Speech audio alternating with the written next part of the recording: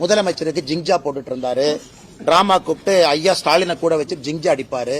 அவர் டிராமாக்காரர். இன்னைக்கு தமிழ்நாட்டுடைய பிரச்சனை என்னன்னாங்கன்னா, டிராமால நடிக்கிறவங்க அரசியலை பத்தி பேசுறாங்க. டிராமால நடிக்கிறவங்க டிராமா நடிங்க. உங்களுக்கு டிக்கெட் விற்கணும், முதலமைச்சர் காலில் உழுவணும், ஏதாச்சும் கலைமாமணி விருது கிடைக்கணும், அதுக்காக சில பேர் தமிழ்நாட்டில் சுத்திட்டு இருக்காங்க. ஏன் உங்களுக்கு அரசியலுக்குள்ள? அதாவது நான் 2014 மோடிக்காக பிஜேபிக்கு வந்தேன், அப்புறம் அண்ணாமலை எதிர்த்து இன்னைக்கு திமுகக்கு போயிட்டேன், இந்த மாதிரி சொல்றவங்க கருத்துக்களை எப்படி நான் பதில் சொல்ல முடியுங்கன்னா?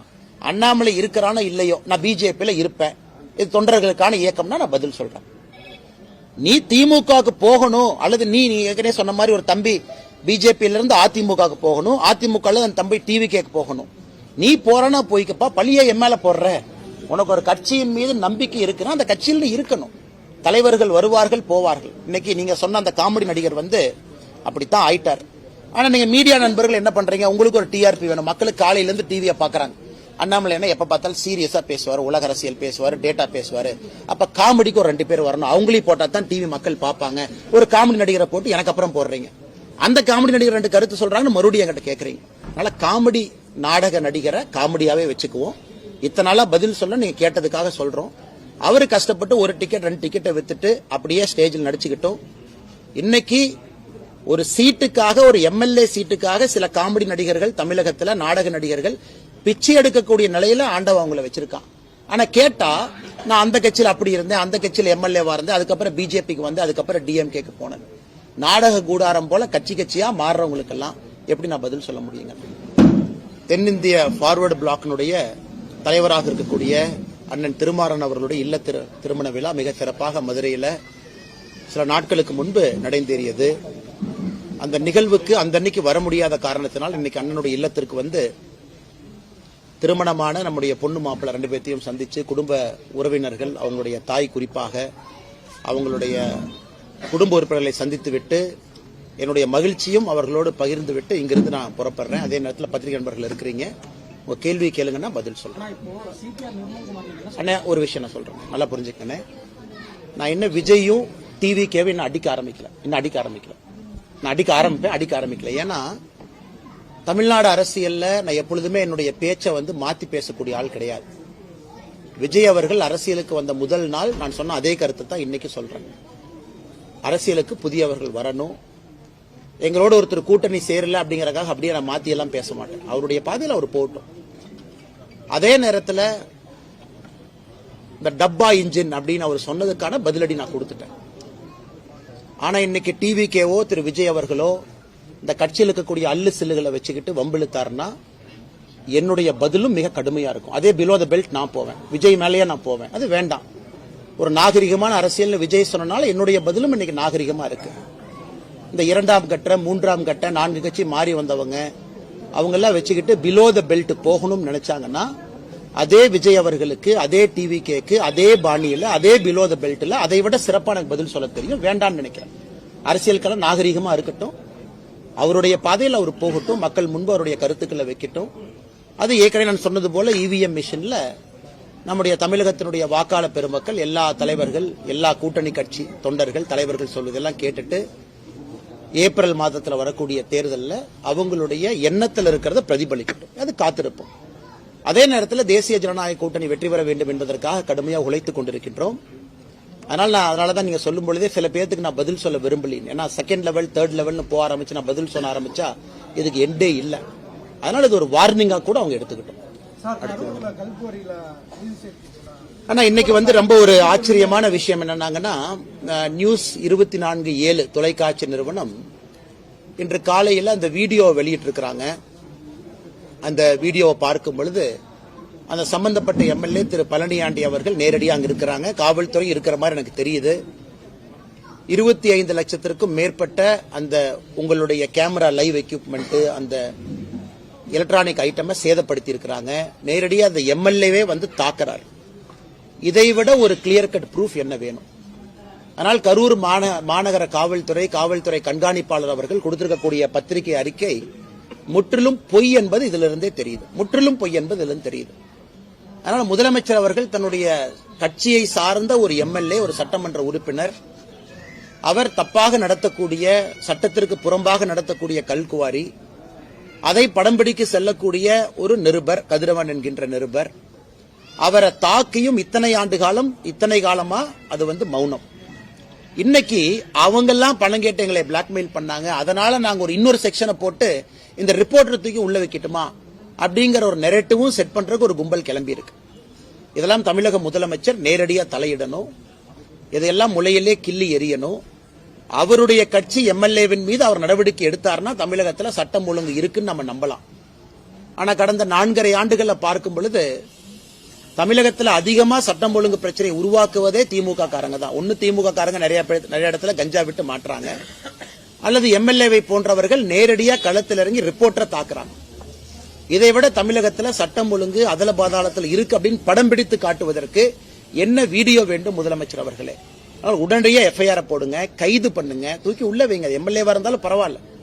எதுவுமே செய்யாம ஒப்புக்கு சப்பானியாக ஒரு காவல்துறையை, கரூர் காவல்துறையை வைத்துக் கொண்டு ஏதோ இந்த குற்றவாளி யார் அப்படின்னா இந்த நிருபர் குற்றவாளி அப்படிங்கிற மாதிரி ஒரு பிம்பத்தை கட்டமைக்கிறீங்க. அதையும் வன்மையாக கண்டிக்கத்தக்க ஒரு நிகழ்வு.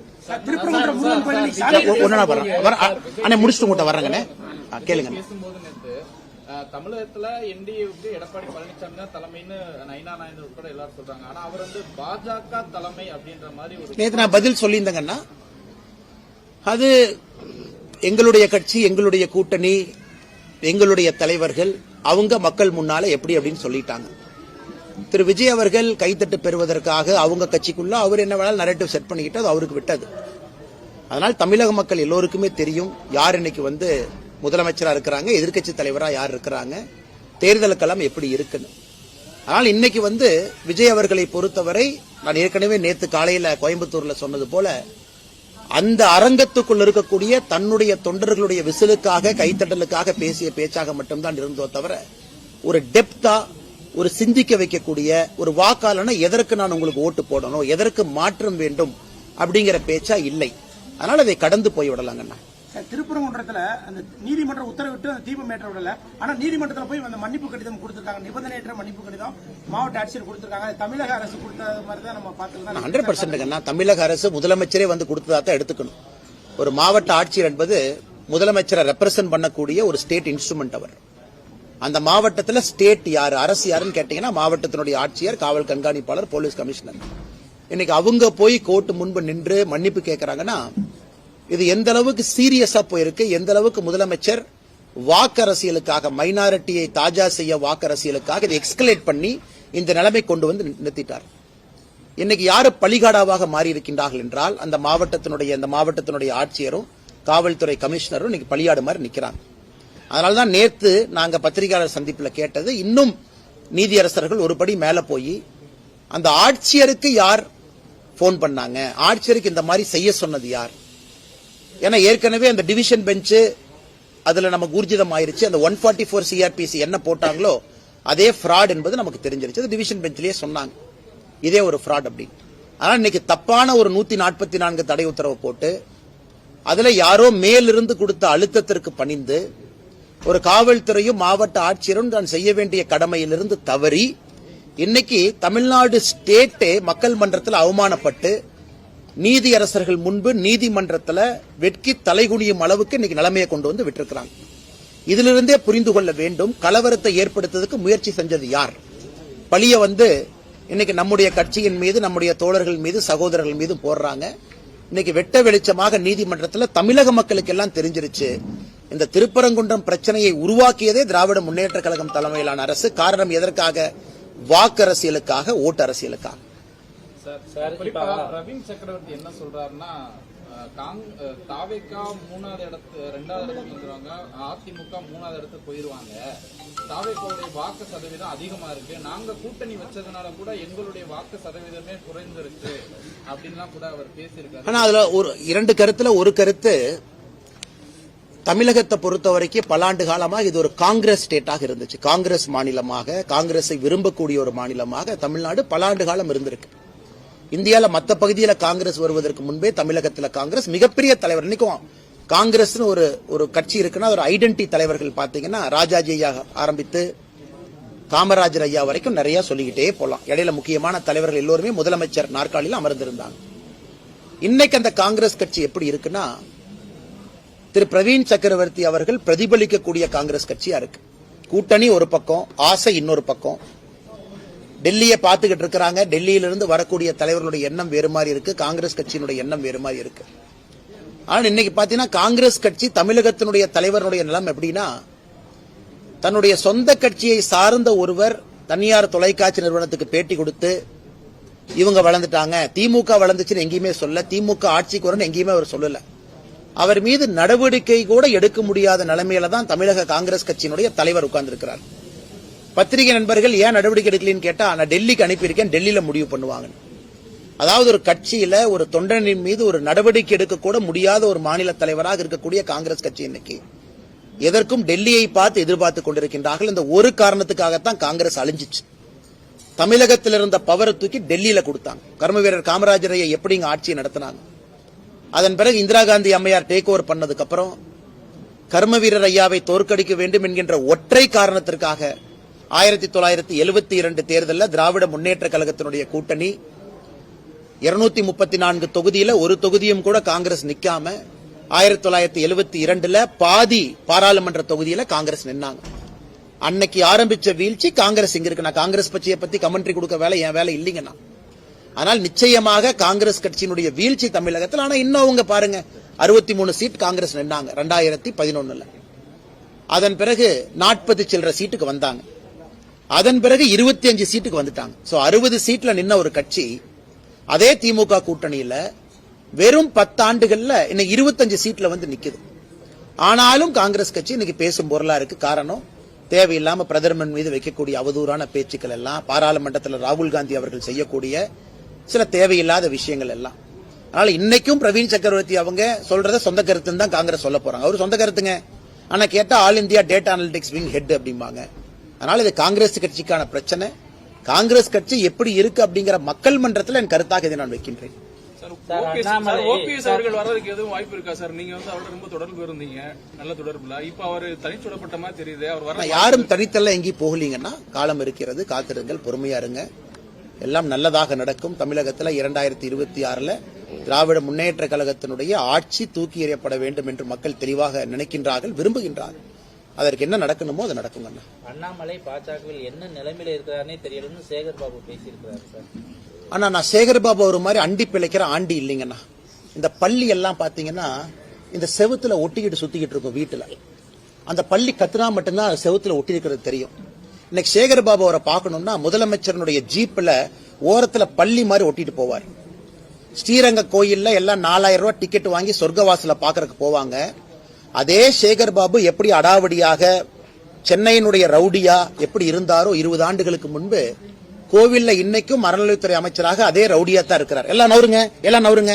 யாருன்னா சேகர் பாபுவும் அவருடைய குடும்பமும் போய் பெருமாளை ஃபர்ஸ்ட் பார்க்கணும். ஐயா, அவங்க பண்ண பாவத்தை எல்லாம் கோயில கழுவணுமா? கும்பாபிஷேகம் நடக்கும். லோக்கல்ல யாரோ 5 ரூபா 10 ரூபா 20 ரூபா போட்டு கும்பாபிஷேகம் நடத்துவாங்க. சம்பந்தமே இல்லாத காவி வேட்டியை கட்டிக்கிட்டு பள்ளி மாதிரி மேல ஒரு ஜீவன் தொத்திக்கிட்டு இருக்கும். அது யாருன்னு பார்த்தா சேகர் பாபு. அந்த மனிதருக்கெல்லாம் பதில் சொல்லி என் தரத்தை நான் தாழ்த்திக்க விரும்பலீங்கன்னா, செவுத்துல ஒட்டி இருக்கிற பள்ளியும் அறிவாலய செவுத்துல இருக்கிற பள்ளியும் முதலமைச்சருடைய ஜீப்ல சைட்ல ஒட்டிட்டு போற ஜந்துவும் ஒரே பேரு தான், அது சேகர் பாபு.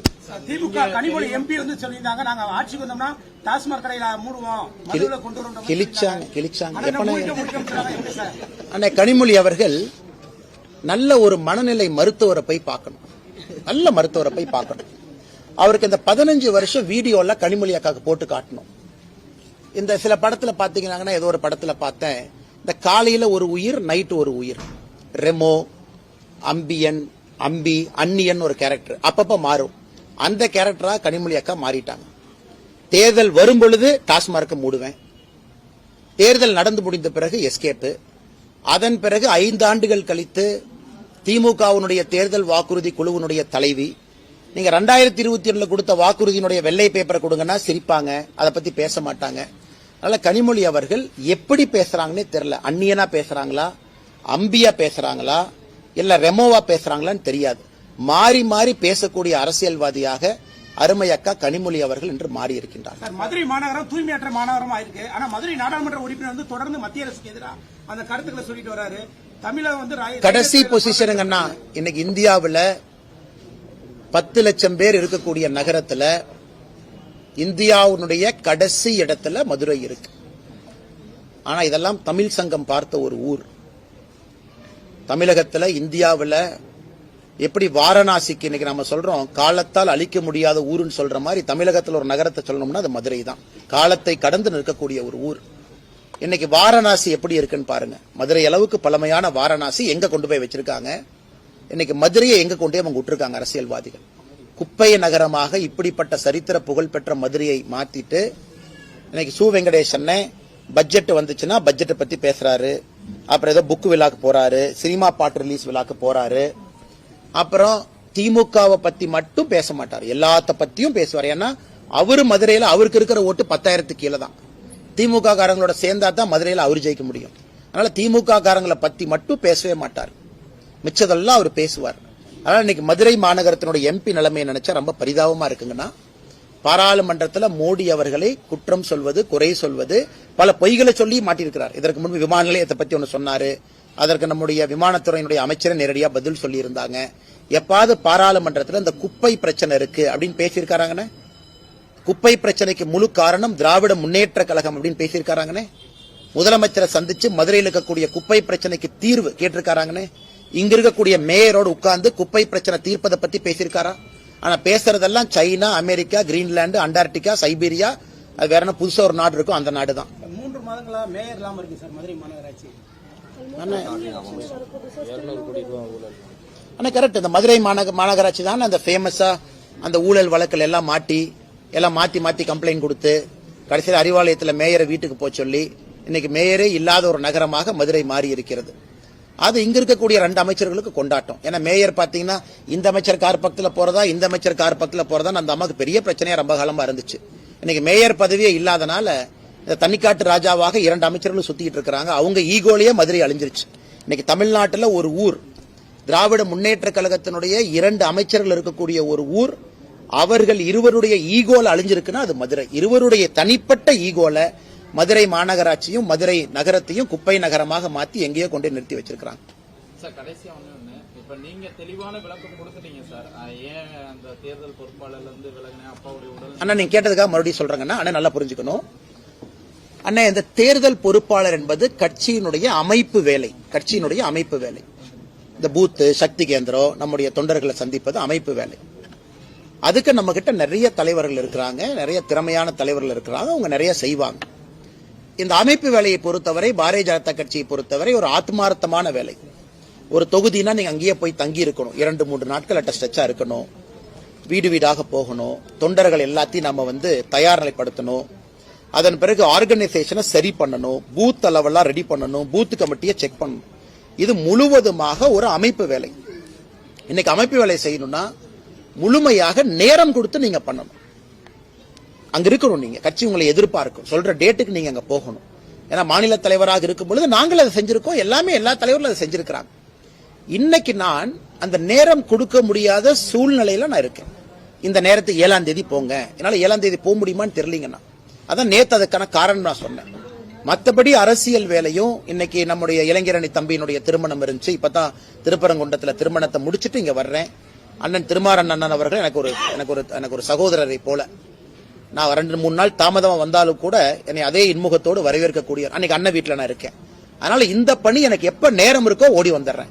உதாரணத்துக்கு 3 நாள் தாமதமா வர்றேன். அதனால அமைப்பு வேலையை கட்சி பார்த்துக்கும், தலைவர்கள் இருக்கிறாங்க, தொண்டர்கள் இருக்கிறாங்க, அது ஒரு பக்கம்.